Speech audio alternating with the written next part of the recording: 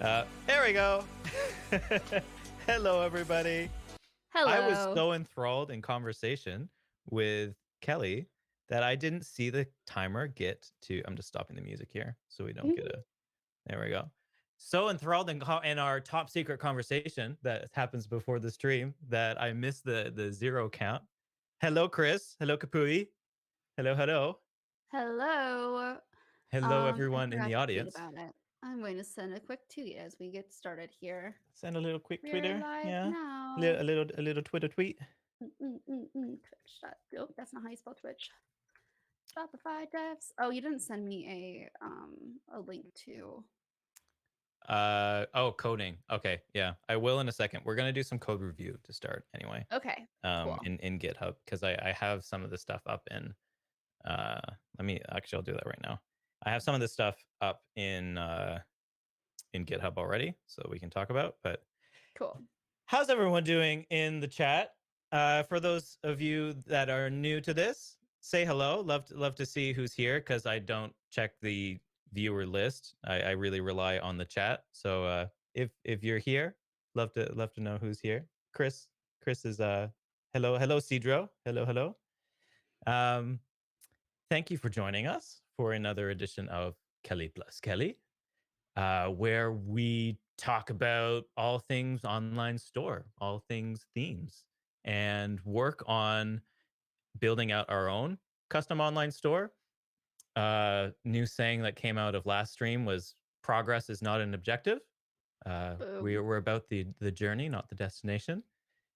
Things are slow when you code live. I don't know how many of you have coded live, but holy shit, it's just like if you've been in a pair programming interview, it's like having somebody watch you coding for the whole time. Yep. And yeah, there's only so much you can get done. But no, but this you look so tired. Oh, I'm not. Okay, no, I mean I'm busy. Thanks for the concern, Chris. There's something about me. Do you notice it? I can. Is it a green? I have you on my little teleprompter screen, so I don't have you blown up in full detail. Oh, my webcam's getting a little wonky. I'm gonna switch webcams in a second here. But no, I'm wearing a t-shirt because it is almost 75 degrees here. Oh, that's why. Okay. Yeah, I saw the t-shirt. I saw it was a green too, and I was like, "Oh, is this like a new like Shopify swag t-shirt that I haven't seen?" It's green. I'm pretty sure it's blue. It's blue? Okay, see, that's what I mean. You're on my little shitty teleprompter screen, and it Uh-huh. looks green. We're gonna have one of these, like, is it white and gold or blue and discussions. But yes, Imagine coding with an 8 months old baby. Yep, been there, done that. It's, no thanks. yeah. That's a whole other adventure we can go into. Blue, not the dress thing again. Oh, yeah. Hello, Hi Senberg and Tikio. That's almost like TKO, my other nickname. TKO. TKO. Um, how you doing, Kelly? How's your week been? It's been busy. Yeah. I started this week looking at my calendar. I'm like, what did I do to myself? Next week's not looking much better, but fingers crossed for the week of March 8th. It's all a blur now. Yep, March Yeah. 8th. I got accepted into an executive MBA program today. That's pretty cool. Hey, congratulations. Thanks. I'm gonna defer Wow. starting until September because, my husband's also starting an MBA program in September. So you're going to So be juggling streaming on Twitch and doing an MBA at the same the two major Uh-huh. commitments that you have at the same Yeah. time. Wow. Yep. Holy smokes. Is it like an evening class? It's a really cool program. It's called Quantic. It's all online. It's all tech-based.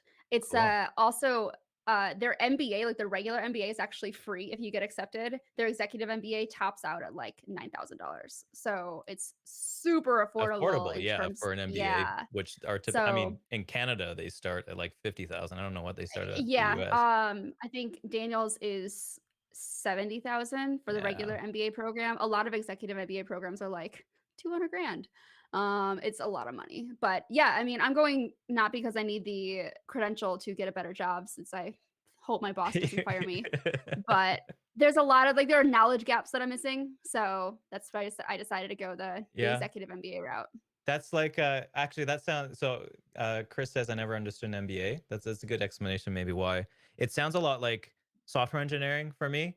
like I didn't study software engineering, but the one edge that I see people who have studied software engineering over people, so people who developers who develop full time, but have a background in software engineering versus those that don't, is at the very least those software engineering graduates know what they don't know. Like Uh-huh. they can listen to a conversation about operating systems and like maybe pick up on a couple terms and concepts and be like, oh yeah, I know that, but I don't know it at all. Like, Yep. whereas it's just a total blank, like, what kind of Yeah. concept to me? I've been doing a like a pre-MBA program through Harvard Business School online. It's just like 3 classes that's like, accounting, biz or economics for managers and business analytics. Mhm. I'm like on my 3rd week, so super early into it, but I've been, uh, doing a lot of accounting lately, and it's made me really, really appreciate my CPA that I have. Have you, that for some reason I hear accounting and balance sheets and I just think investing and now all the drama around investing or all the hot juicy topics around investing. Yeah. Yeah, accounting. Uh, Accounting is hard. It's a lot of numbers and it's backwards because you wouldn't it's like debits and credits feel backwards and mhm. taking some getting used to, but not the I topic of conversation today, so I don't wanna completely derail it. yeah, okay, sure. Yeah, we can okay, we'll focus back in on the themes, the online store kind of stuff. I've been busy I'm doing a lot of writing right now. I'm like writing out uh basically like developer experience use cases. Like what is the best way, like how would a developer push change, what's the best way that a developer would push changes to their online store, for example, or doing lots of like yeah, planning and theorize, like it's a lot of like theorizing and I'm trying not to get into the implementation of just like, but really like what's the ideal developer experience. So on that subject, if anyone is interested in or has any feedback on Shopify's current developer experience, please I have message me. feedback. Yeah, I know you do. You've got lots of feedback. We That's talk why a I'm lot. here. Yeah, that's why we're here. Um, so yeah, please feel free to message me. I'm a big part of this is like at Shopify, we don't really want to be just in our own heads and like we're only so much building out themes. And even that, like most of the themes that we build are for the theme store. We're not really building custom, like bespoke online stores for clients, let's say. So like a lot of what you see in Plus or for larger clients. So lots to learn there. Lots of new things that always pop up. Encourage anyone in the audience, if you want to talk, send me a message on Twitter. I feel like that's the best way just to get something started. Yeah. And we can go from there. Or pop into our new Kelly plus Kelly Slack channel on the Shopify Partner Slack. Oh yeah, we gotta plug that somehow. I Yep. don't know if anyone, if anyone does Oh, join, you'll see the history there, which is really I created it and it's like, okay, now what? Now what do we do? I should probably message in here, "We're live." Oh, it's a good, we should actually use it. uh Chris, you have to sign up to be a Shopify partner. And then actually Kelly knows probably more how to join this. I just have like the Yeah. private invite Slack. But how do you Um, actually join the Slack? if you go as a Shopify partner, if you log into your partner dashboard, there's a section on community, and you can access the Slack information from there, I believe. I'll pull it up on my end to confirm and probably maybe send a direct link if I can. We Education. have SDPE, almost what looks like LEET 1337, but with a five. Um, Asking what shoppingpoints.com is. I think that's a good segue.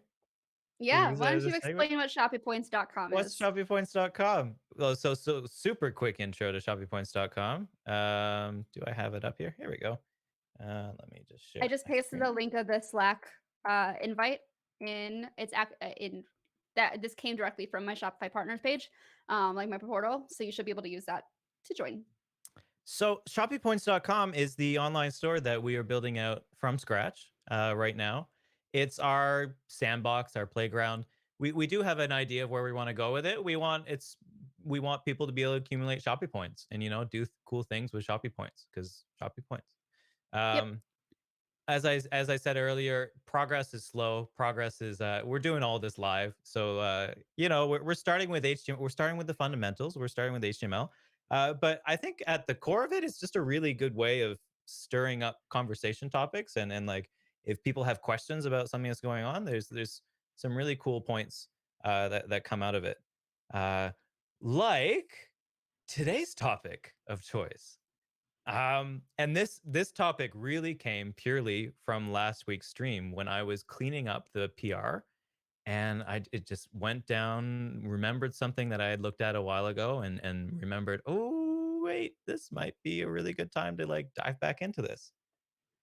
No one can remember all the rules, but it has fundamental rules. Yeah, I know. Talking accounting, yeah. Oh, okay. I thought you meant HTML or just web development. Nobody can remember the rules, but there's fundamental rules. It Everyone remembers applies. how to Google. Yeah. Um, Before I show you what we're doing, I do see a question. Question: the Shopify linting plugging extension doesn't really tell me how to fully set it up. It is asking for some server. What server do I need to set up? Are you, Cedro, are you talking about theme check? Oh, wait. I'm assuming you're talking about theme check. If you are talking about theme check, then the easiest way that I've got it up and running is you can install in VS Code. There's a theme check VS Code extension, which I can show on the screen here. Da, da, da, da, da. So if I pull it up, theme check, there it is. So you can install this, and now this will run in VS Code, and we'll be checking all your liquid on any project that you're working on. Yeah. So that's the easiest way to get it set up if you want to just start using it in development. I always find linters are most helpful in two places. As like a code editor extension that kind of runs in the background, and I don't need to manually run it every time locally because I just forget to do that, honestly. I find it a lot more helpful if it shows. I don't know if it's going to show any errors here. No.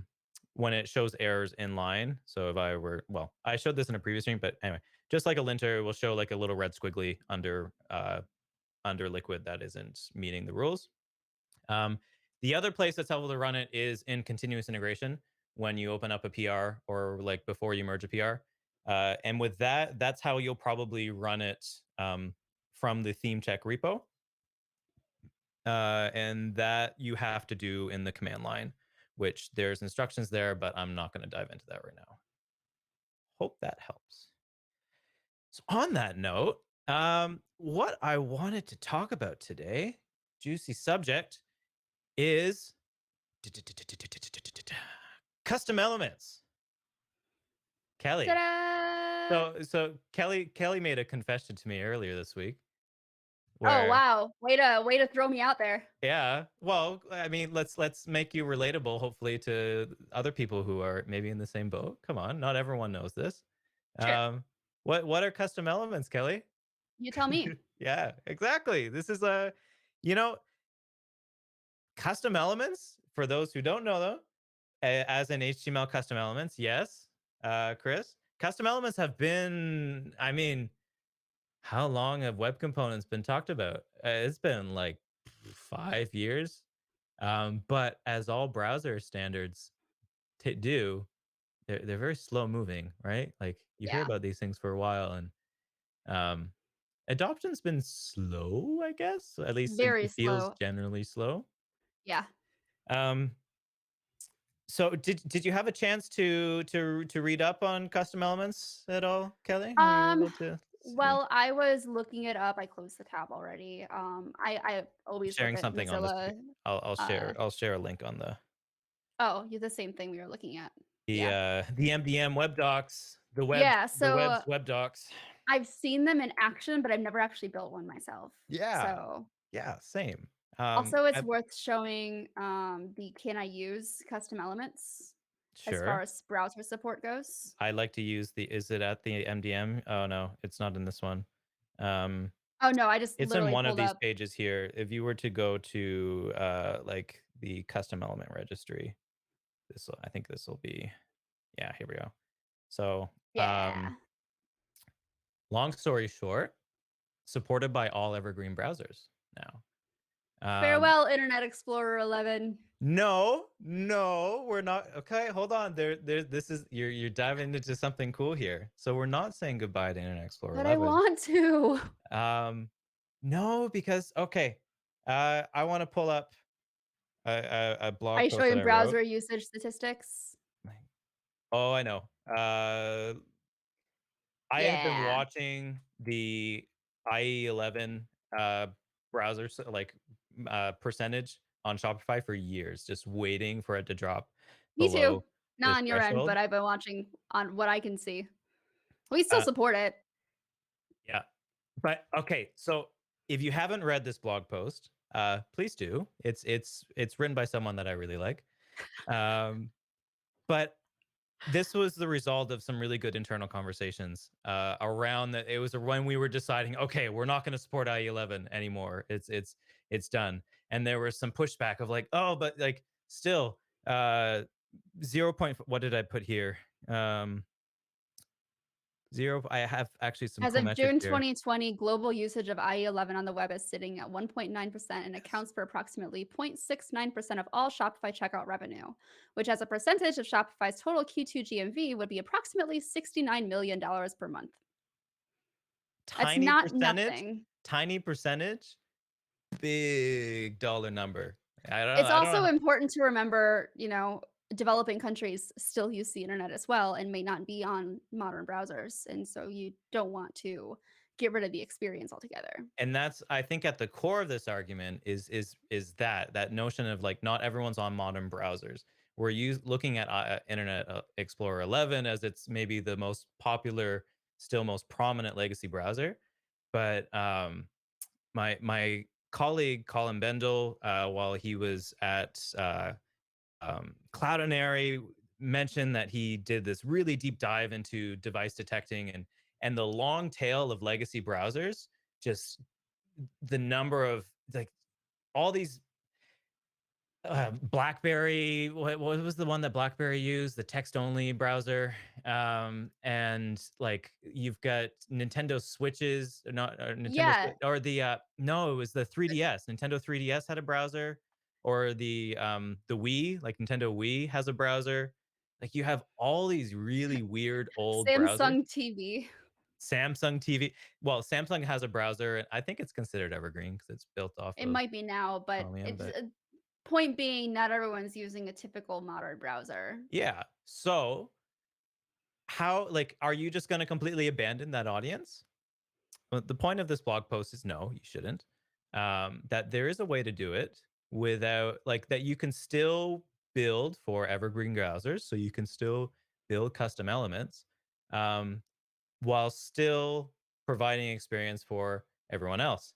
Um, and the easiest way to do that is just to provide them with an HTML experience, HTML, and even better, some CSS. Yep. That 9 times out of 10, I bet you can get the majority of, especially with e-commerce, with online store, you can get the majority of the experience that you need out of HTML, CSS. Just forget about JavaScript.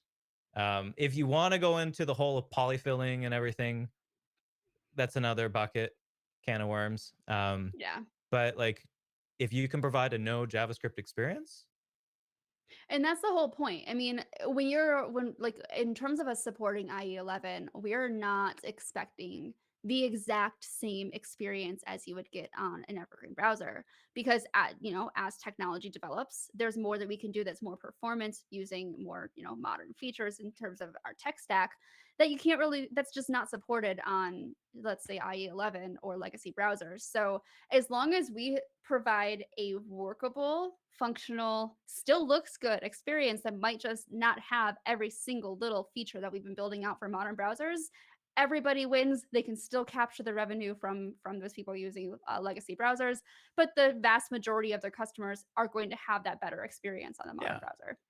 at the core, this is progressive enhancement. This is like good old progressive enhancement. This term that I feel has been used loosely for so long. I like in this case, just for me, it feels very clear. Yeah, Um, your baseline experience, just think of it as HTML and CSS, a lot like what we're building out here on shoppingpoints.com. that's right. And then layer on the additional functionality with JavaScript and like people who are using evergreen browsers will eventually like will are probably using more powerful devices and like they can afford to have the JavaScript and it's going to be fast. And TKO still has this PSP browser, so you can just view it in HTML and CSS. Um, yeah, so that's what we're going to look at today. Custom elements. And in particular, what's really cool about custom elements is, well, okay, maybe I should introduce wait, how did Vue get into this? Like Vue. Yes. Okay. And I'm getting there. Okay, I will get to the Vue part. And Kelly, this is where I'm hoping you can lift up lift this portion. So, custom elements are, let me go back to the introduction to custom elements. And I pasted that one, didn't I? Yeah, okay. Custom elements at their core are basically like let me define this custom HTML element. It always has to be something dash something. So here they define it as word count. And so you include it in the page, just like any like you would. Here we go, pop up info. You just include it in the page.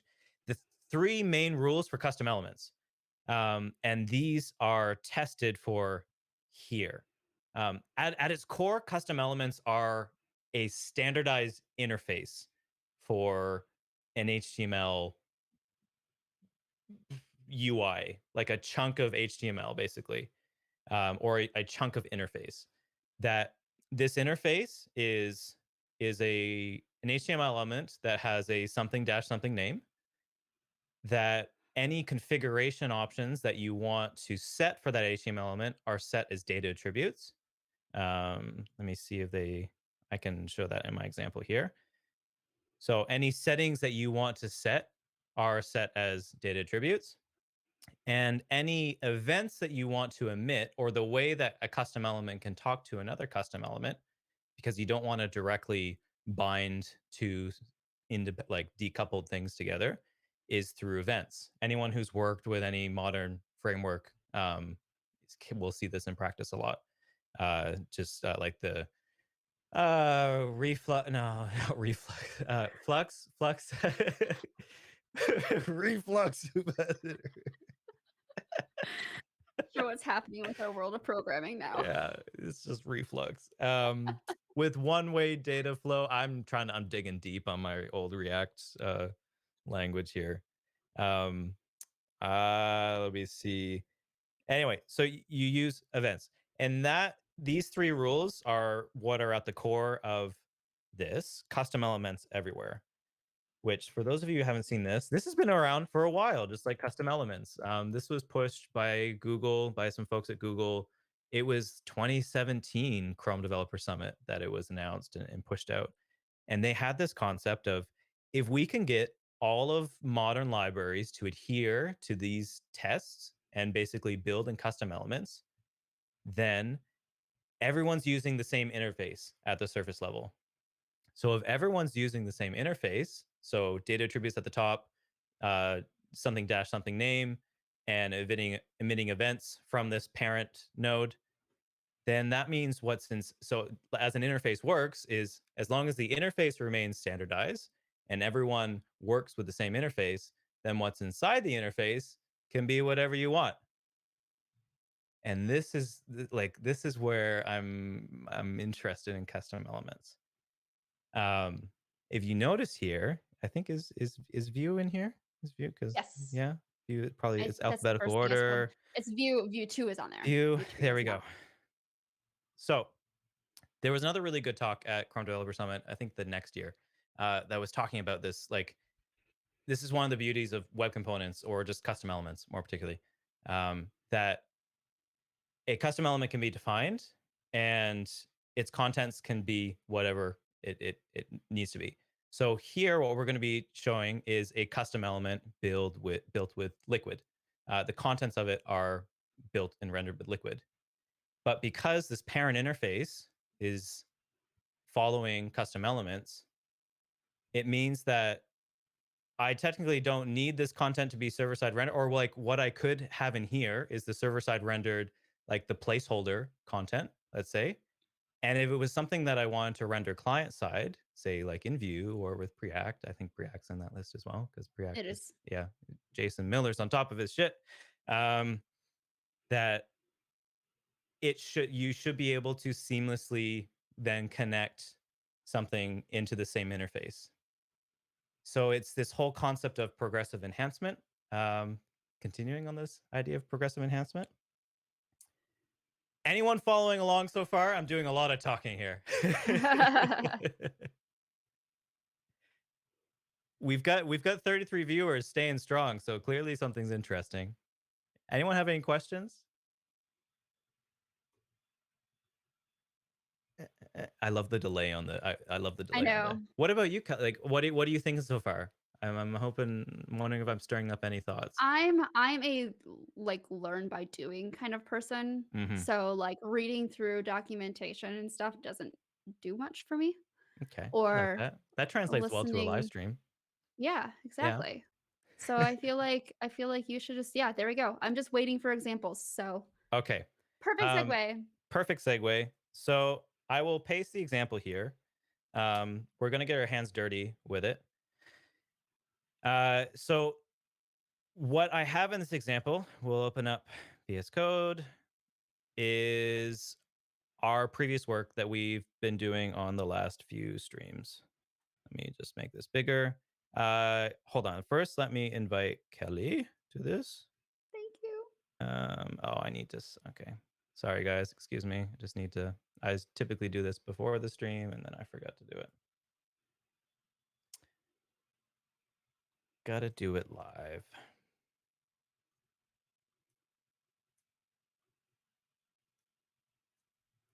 Was the hero section a carousel too?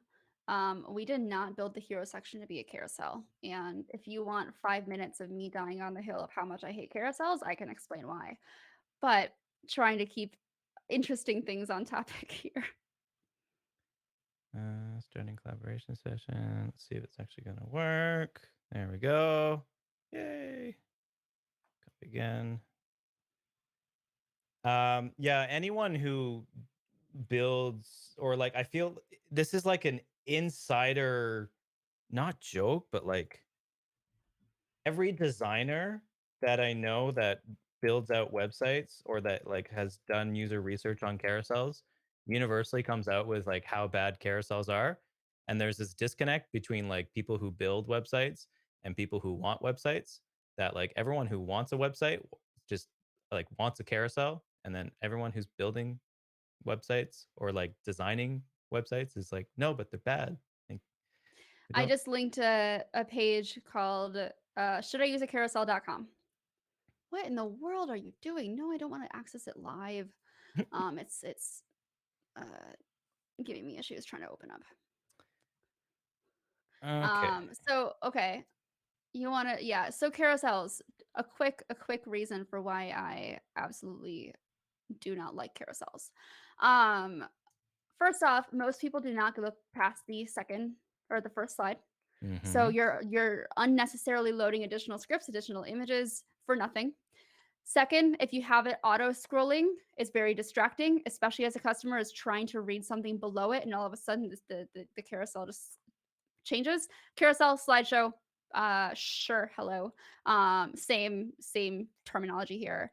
Um, and third, I'm a big fan of just using heroes in general. Um, Especially when you start getting into like loading different kinds of slideshow content for desktop versus mobile, it's much easier just to load, one single hero, make it a very impactful hero instead of like one single image or a video that's, muted, not too long, not too heavy to load, and make everybody happy by not using carousels. And on that note, I'm up and running and we're ready to go. Cool. I am not up and running. This thing will not.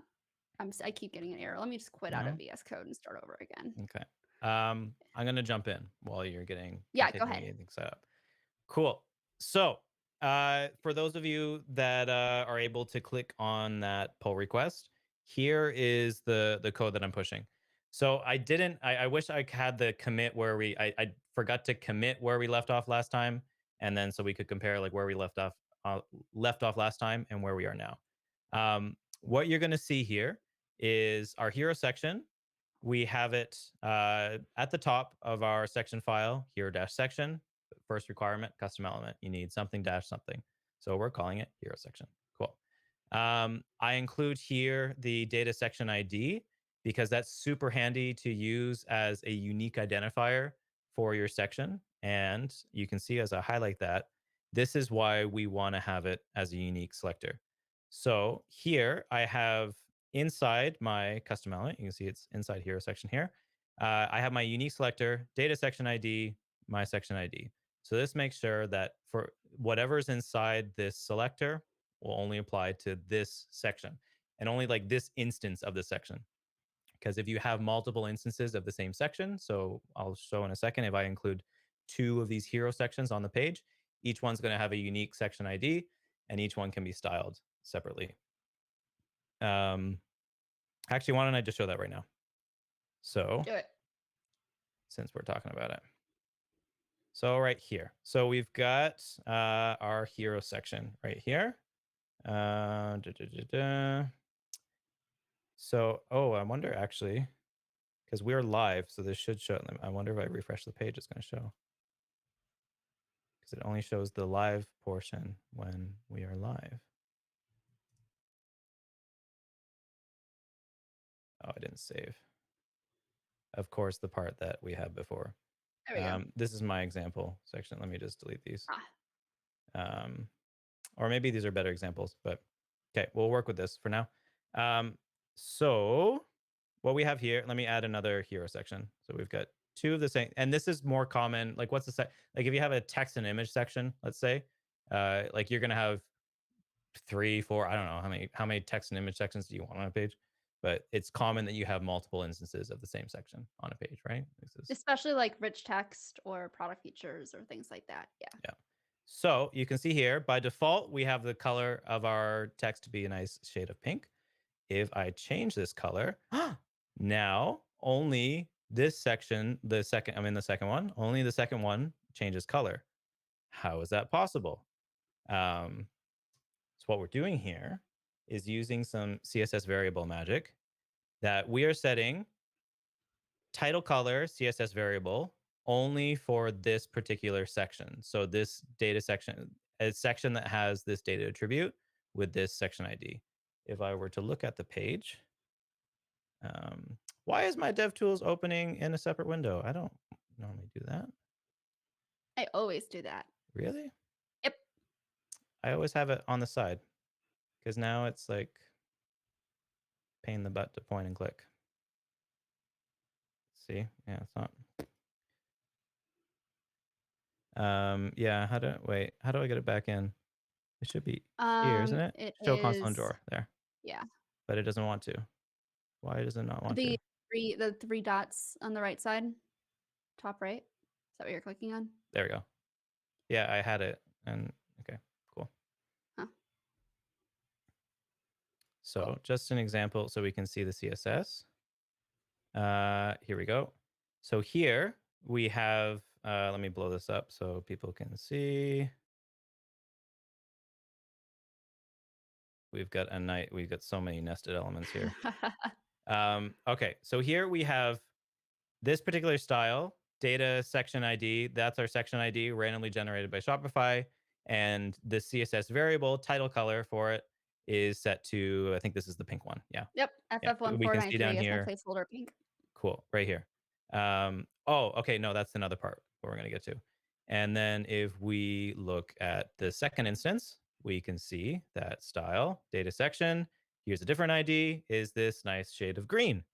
So we have the same CSS variable, title color, but it has two values. That's the first coolly part. So you only have to work with one CSS variable. Um, as a result, what you can do in your style sheet, here creating my style sheet using the Shopify style sheet tag, is you can just set one definition that uses this variable. And the value of this variable is going to be different depending on what section or like what the section settings are. What do you think of that? Are you doing that, Kelly? Is this something new? Is this Yeah, no, this is something that's absolutely necessary, and I feel like it's something that a lot of people accidentally miss forgetting that multiple people have used the same sections again, and this is the easiest way to pass the styles to it. Honestly, it's the only way, I believe. Which Um, which I've done, like, in the past, I've done it where I explicitly put the style here. Like I would do color, I wouldn't use CSS variables in this case. yeah, I think I generally don't use CSS variables, I guess. Also thinking in terms of backwards compatibility for CSS variables, I don't think IE11 supports them. Mhm. So you do have to have some kind of fallback there. So So that's where, yeah. And I'm not actually, so that's one thing I need to flesh out is, in this case, it would default back to the default color for whatever the H2, which would default be one was. black, Yeah. or whatever parent's body color that we Whatever set. it's inheriting. Yeah, it's just not going to have an explicitly set color. Let's see how we, so it's like scope CSS. Yeah. So this is what CSS variables are, essentially scope CSS. Yeah. Well, like variables that can be scoped. In this case, we're setting the scope to this parent section. If we wanted, instead, you could do the root, which sets the scope like to the global scope if you Yeah. wanted to do that. But in that Which case, does have its benefits of doing that occasionally. for global Um, style, so if you wanted to style a anything font. in, yeah, fonts, yeah. Um, Typically, where I see that being used is if you have anything in the set, like the global Theme settings, theme settings. Yep. settings. Yeah. Colors, You, typography there. Yep, yeah. exactly. Yes, so Cedro asked, will this work with images? It actually does work with images as well. Images. What do you mean? Mhm. Yeah. For example, let me pull up I'm gonna pull up some old theme code, so it might take me a minute. I believe we're using it on this project. I will When hopefully I have it tested included here. multiple sections using pics, I get the same pics for all of them. Oh, okay. Yeah. Um, so you have to set your picture to be a section setting so that that particular, and we did have a picture in here before. I did rip it out for simplicity's sake of this. Um, do you have it? Were you going to show an example or paste a, Um, I'm still hunting it down. so It what, wasn't in the file I thought it was. what you would have, Cedro, is you at down here at the bottom in your settings, you would have a setting type image, and that way in the theme editor, a user can then select an image, and then inside your section here, you would have you can do you can do the image tag There. yourself. So image source uh, Oh, I equal, was talking about inside variables. oh, for background image, Mhm. like, oh yeah, yeah, okay. Yeah, I just sent a link in the chat, for, did you know that CSS custom properties can handle images too? Really handy for, Oh, like, cool. SVGs and stuff like that. Let me open that up. I want to see that. Good old CSS tricks. Yeah. Background, variable theme, error mode. Does It's this super short, but it's just pointing out can that it is handle possible. images too? URL. Okay. Yeah. Here we go. So it can handle URLs. Very cool. Yes. Yeah. So you could set a variable equal to, and you would set, so in that case, we would do, um, not here. We would do image, and it would be section dot settings slash image, whatever the ID you give it. Um, and that would set the URL for the image. Or Mhm. no, you'd have to do URL, or is this um, for asset URL. Would be no, it's section settings image underscore img underscore URL and then right the dimensions. URL, and then yeah, whatever dimensions you wanted. Another cool way of using CSS variables. Yeah, they're quite handy. There's a lot you can do with them. So that is how you deal with section specific um, styling. And it's And also important to note you can do the same thing with block specific styling as well. mhm. So each block has its own unique properties, its own unique IDs as well. So again, if you had like color specific or image specific things that you need to pass down into these blocks, you can also do that as well. You So, just set them as inline styles inside the for loop. The yeah. typically you for blocks you loop through them and render each one, and so that each time you render the block, it includes a little embedded style declaration, and Yeah. that will set the scoped style for that particular block. I was having a conversation with somebody earlier today about inline styles, and it's generally frowned upon to be doing inline styles in the sense that it's usually recommended to be using like a style sheet file. Hmm. This is the one exception Yeah, where this is the only way you're going to be able to get those liquid variables through. And usually inline styles, like, they're bad because they're difficult to override. This is what you're literally setting it to. So you're not going to be overriding anything, or at least you shouldn't be. yeah. There's no performance hit with this either for anyone curious on the performance end. Um, it's the CSS tree is built out at the same time as HTML. So as your browser is parsing the HTML, it's going to hit this, add this rule, and when the page gets rendered, it's available. Technically like it's faster in that the style is already included in the page, and that's why things like critical styles are awesome. That anyone have any questions around critical styles? Everyone know what I'm talking about there. But because external style sheets, they can take advantage of caching, which makes them faster over multiple pages, but it's external and it requires a request, and that request blocks the rendering of the page. And there's always yeah, trade-off there on performance. Yeah. Um cool. So that's the styling part of it. I saw can we not support IE11? Cool. Can we not? You can choose to. I mean, ultimately, and this is what I talk about in that article, is it's a business decision at its core. It's like, do you want to cut off potential customers or not? It's a trade-off. Do you want to do are you willing to invest the time and effort it takes to support this browser? Is the potential revenue that you're going to get from this group of users worth the investment in it?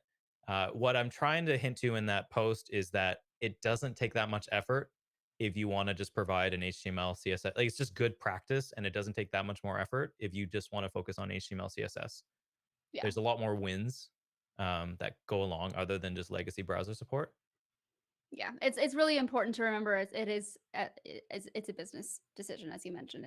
It changes from one merchant to the next, because if a merchant generally has a customer base that's going to be using, let's say, more corporate machines, a lot of corporate machines in particular tend to be a little bit more out of date, because it's a lot more difficult to update large companies of using old systems or whatever. So again, keep in mind who your customers actually are, who the merchant's customers actually are when you're making this decision. Sure says we don't support IE11. CSS grids are not supported. And so this is the point that I'm getting to, or like this is worth elaborating on. You can still use CSS grids and support IE11. You can still use all these modern evergreen technologies, and the HTML is still readable by 11 because HTML fails open, in that HTML will render always just whatever it can. That as long as you can put it, like as long as you're not saying using JavaScripts for navigation, that you're just using anchor tags, which is good for accessibility. As long as you're relying on HTML that is served from a server, it's going to be backwards compatible. So with CSS grids, you could have your CSS grid rules, and you could have there's a what's the way of checking if you really like, one way of doing it is having, like, for evergreen browsers, making like having a CSS rule in the parent, and then only apply these extra styles if it's an evergreen browser, basically. And then if it's not, then just show it as a vertical column. Or like, legacy browser support doesn't mean pixel perfect browser support. Exactly. Yeah. That like legacy browser, you don't need to give them the same experience. You just need to give them the core, hopefully the core experience, And experience that works. and experience that works. Yeah. Yes. So it's this like, what is your baseline experience? What is the absolute minimum thing that you want to support? For online stores, I recommend be able to navigate, like arrive at the homepage, navigate to a product, add a product to the cart, and get to the checkout. Yeah. That is like, if you can do that, then you're still making money. People can still navigate the site. People can still get around. Yep. Whereas if you are a purely JavaScript rendered framework, someone is going to arrive at your site and maybe just get a, hey, this browser is not supported. And then it's done. It is what it is. Is what it is. If you're still using IE6, I'm sorry. I'm Yeah. not gonna help you. You're just setting yourself up for failure. You put this pain upon Yeah. yourself. This is self inflicted. um, cool. So, on that note, we can look at the JavaScript side of things. Um, so what we have here is in our, and we need to dig in again why this actually, what I might do is jump over to the example because that was working. Yeah. And my other example section, which I just have some additional text in here. I will make sure to push this as well so that you can see it in the PR. Let me do that right now so people can follow along. Get push margin first. Add example section.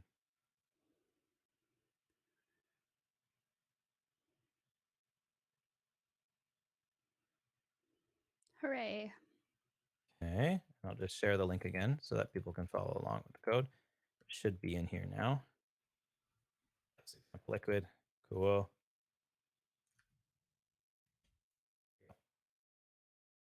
Cedro says, good timing right when I look at the chat. Though just starting, I'm really interested in making sure that whatever theme I build and or end up being part is accessibility compatible is accessible. I haven't really found like a beginner type of instructions or best practices. Would you be able to point to one of those if possible? Um, Go for it. the Mozilla docs are a really good kind of starting point for understanding, uh, basically accessibility as a whole, what it is, how it works on the web, understanding ARIA, semantic element, like all the things that accessibility does play into. It's important to note that Shopify does not have any kind of standard like this is everything is accessible to this point on Shopify. And as soon as you introduce any kind of themes, any kind of apps, it you're kind of at the will of what you're installing at that point. So the best thing you can do is build what you're building to be accessible. Keep in mind which apps are accessible, which ones are not. Push back if they're not accessible, especially Mhm. because the last thing you want is your client to end up with a lawsuit. I And was going to say in the US, a lawsuit. I've had multiple clients actually face it, and Or they're like, Germany "I too. I don't." think Germany was, yeah. Yeah. Yeah, it's they literally they intentionally go after, e-commerce in general because there aren't standards for accessibility in e-commerce like with Mhm. Shopify. It's just it's tough the way that e-commerce generally works. And accessibility standards were built for the web as a whole, not for e-commerce. That does not mean that you should be like, well, it's too difficult. Let me just forget accessibility as a whole. This should be part of everything that you do when you're writing your code, when you're deciding how to style things, when you're adding JavaScript into your code. Continue to test for accessibility the entire time. Make sure you have alt text in all of your images. Make sure you're actually testing with, let's say, like a screen reader. Can you tab through the elements in the correct order? Are you able to actually add items to the cart, navigate your like through the site? All these things are super, super important. Uh, I would add to that, Lighthouse has accessibility audits. This is another really low barrier kind of learning way of making sure that you're meeting some accessibility requirements. Lighthouse is great in this way. It takes the discovery process of finding out of like finding problems, so it can just really point to you and say, "Hey, like this is a problem. Go fix it." There's another Shield, or I'm trying to remember the other accessibility tester. Um, that is available. If you look here, if you look up or I look up website alley testing, it's going to pop up just in the search results, I'm sure. While you're Um, doing that, I popped in one more resource in the chat as well. This is from the podcast I co-host, Ladybug Podcast. Last year, we published an episode called Web Accessibility with our guest Wendy Fox. Highly recommend giving this one a listen. Tenon, no, Lighthouse, Axe. There it Axe. is, That's the Axe. one. Yep. That's the one. Let me. I almost linked to it too, but I figured you're already on Okay, it. cool. I'll get the link for it. All I right. got it if you need But it. you got it? Yeah, if you can Yeah. paste it. I don't have it. I just have it. I just saw it in a post. Copy link of this. Um, cool. Good tangent. Always good to talk about accessibility. So getting back to wait, questions first. Moochie Pen. This one's directed to you. I'll read it for you.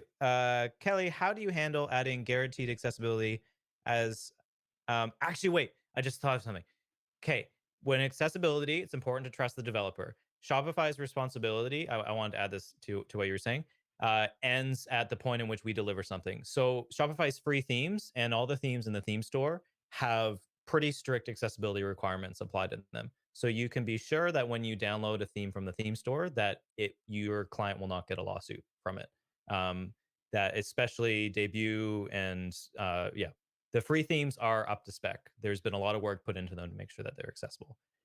Saying that if it's coming from, it's all about, to Kelly's point, the developer. There's an element of trust, and there's, yeah, is the developer doing what they need to do? Uh, Now to Moochie Ben's question, Kelly, how do you handle adding guaranteed accessibility as scoped line items to your Shopify theme projects as Taproom or in general? I find it hard to do since something that can be changed on a merchant sent in color, alt text, new content, etc. Okay, cool. So what I said Yeah. maybe helps here. No, that's a great question. So in our contracts, we state that we are keeping accessibility standards in line. Now I'm blanking. Is it AAA and then double A in the order that you go? So AAA is the Uh, most stringent, and yeah, then AAA double A. is yeah. Yeah. So we aim for AAA in what we build and what we design. We're running everything through a contrast checker when we're designing, and then we default to double A if AAA is not going to be possible. Once we deliver the project, it is the responsibility of the merchant to maintain that accessibility because we built the theme with the images that we added, the content that we added, the colors that we chose with accessibility front and center. As soon as they change anything, it is no longer part of what is covered under our contract. Yeah. So we're very What more can you do? Like exactly. yeah, same with And Shopify. Like it's that's why we have apps that we will recommend. We know which apps are not accessible. And at the end of the day, like we're stressing, I know writing alt text can be very tiring because it is not just putting the product's title in there. You need to actually describe describe it. the Yeah. image. And merchants are like, well, there are other important things that I need to spend my time on. Well, suddenly when you end up with a lawsuit, that being tired of writing these alt texts, Suddenly seems a lot it's more a little bit more valuable. important. Yeah. Exactly. So just do it now, Which you it know? sucks that it takes a lawsuit. Like I get I it. completely agree. It sucks that like it's deprior. I get that like web development is just an endless checklist of things that you're supposed to do. Yeah. It sucks that it requires a that it's not easy enough or that it's still so common for these things for accessibility not to be prioritized. Or and for me, it's not. It's the problem is not prioritization. It's implementation. Like that, it's not easy enough that it's not just like baked into how websites are built. Yeah. Um, So we whenever we do webinars, we're talking to new merchants, we stress how important it is to spend time writing your product's descriptions and then actually working on alt text for all of your images. It's a good thing, if you don't want to do it yourself, hire somebody to do it. You can outsource it. You don't have to do everything yourself. yeah. This is a question for you. Is Shopify going to start requiring apps to be accessible? Uh, no firm news on that. Um, yeah, I don't have anything confirmation. I like I th- mm, I would it wouldn't surprise me if sometime in the future the accessibility requirements become more stringent. They are too relaxed right now. for the better good. They really should be. I would say just in anticipation of like if you're not building an accessible experience right now, it's something you should prioritize, regardless if there's a rule on it or not. But no, I can't confirm if there's something in the pipeline or not. I'm not sure on that one. Um, 5 minutes left. There's one last thing I want to talk about on custom elements before we wrap things up. If that's good with you. Let's do it. Okay, cool. So, in our example section, I switch over to the example section. Same idea. So we have example, we have data attributes. I have this section setting here, enable random color button, basically. So let me just show you what this section looks like. If I add example, select, let's do two of them just so we can show off the independent styling. Example here. Cool. So by default, we got the same nice color pink here. And the button, of course, is not working. Why is I don't think it works in the preview, but it actually work on the front end. Oh, there it Yeah. is. Okay. Yeah. No, it is working. Yeah, It was it's if you make a change to any of the sections, it breaks the JavaScript. You have to re-render that JavaScript. Oh, and that's why okay, maybe I need to flesh this out because this is one thing I want to talk about. So sections in the theme editor have a life cycle. Are you familiar with this, Kelly? This term, like this life cycle? I remember Um, some from Slate early from days. Slate, or if you are to look at this old library that I wrote, theme sections, provide a link. Um, the theme editor emits certain events. There's a section load and section unload event. That's Yeah, basically like this section is coming to life, and this section is being like either is we're removing it, or like whenever you update the settings of a section, it gets unloaded and then the new one gets loaded. So there's this concept of a life cycle that like an element has a life and a death. Um, so the way that I figured out how to deal with this before is you can import this library and it has these basic like on unload do this thing on or sorry onload do this thing on unload do this other thing. This is really important for sections uh, that you want their functionality to persist even though or like carousel section, let's say you're editing the slide 3 of the carousel section and you change the title of it. The theme editor is going to re-render or re-inject the whole carousel section. yeah. You want to make sure that it goes back to slide 3, the thing that they're actually editing. So that's a Not only case that, but also reapply the JavaScript that turns it into a reinitial. carousel. Yes. Otherwise, it's going to be all stacked. So this is a case where on unload, you want to remove all the event handlers that you had before because you always want to clean up unused event handlers.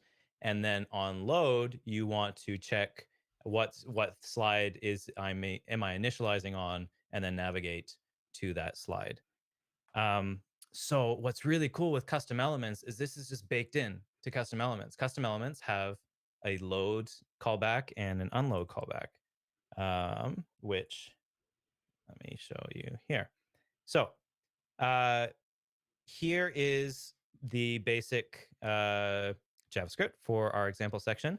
We have the constructor. So this is called when the page first loads or when this example section is defined right here.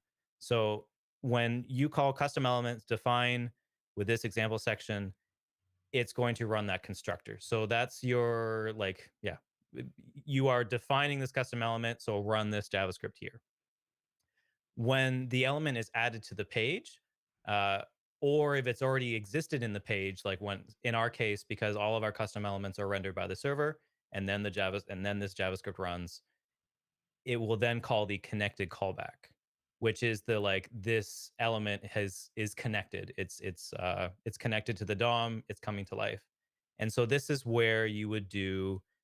Here, I'm setting the event listener for set random color for the button that we have uh, and I'm showing the button here. So this button is like a JavaScript progressive enhancement. It's only visible when JavaScript is enabled or when the JavaScript is working. Because it's a fluffy extra feature, you know, like I have a background color when the page loads. You don't need to be able to change the background color. It's kind of fun. Look, you can like, woo, change the colors. I like Boom, to boom, see boom, like ba-doo, ba-doo. how often you get almost Oh. the same color and figure out how. Oh, see, I was doing how many times do I get white? Yeah. Oh, I had it once there. Okay. Yeah, okay. um, so to that point, so what we have here is when this is added to the page, add this event listener, and then make sure that when we edit the section or when this section gets unloaded from the page, make sure we clean up our event listeners.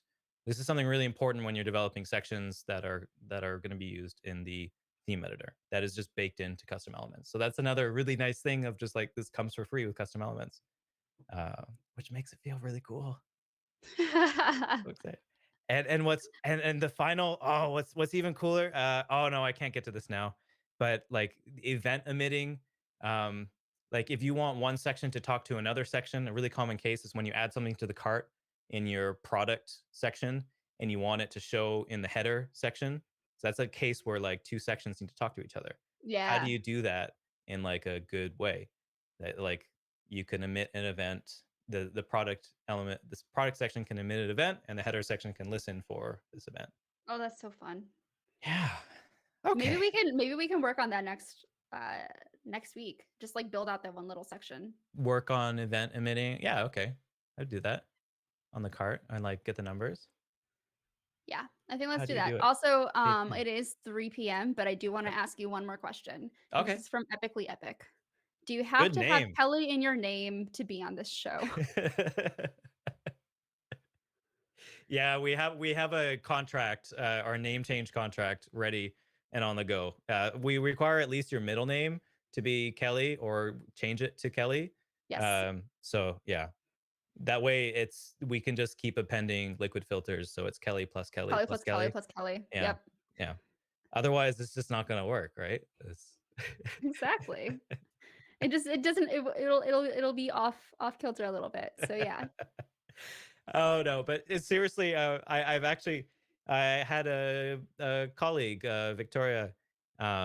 Actually, did she talk to you? I don't know. Victoria, she was talking about headless, and I said, oh yeah, like we've wanted to talk about headless, and if you want to come onto the stream, it would be cool to have a 3-person stream.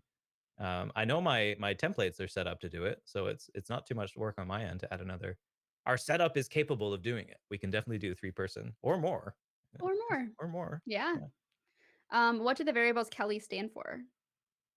They're not variables. They're oh wait, they're not in strings, so I guess they are variables. Oh, what do they stand? Also, we're adding two yeah, so technically they are variables.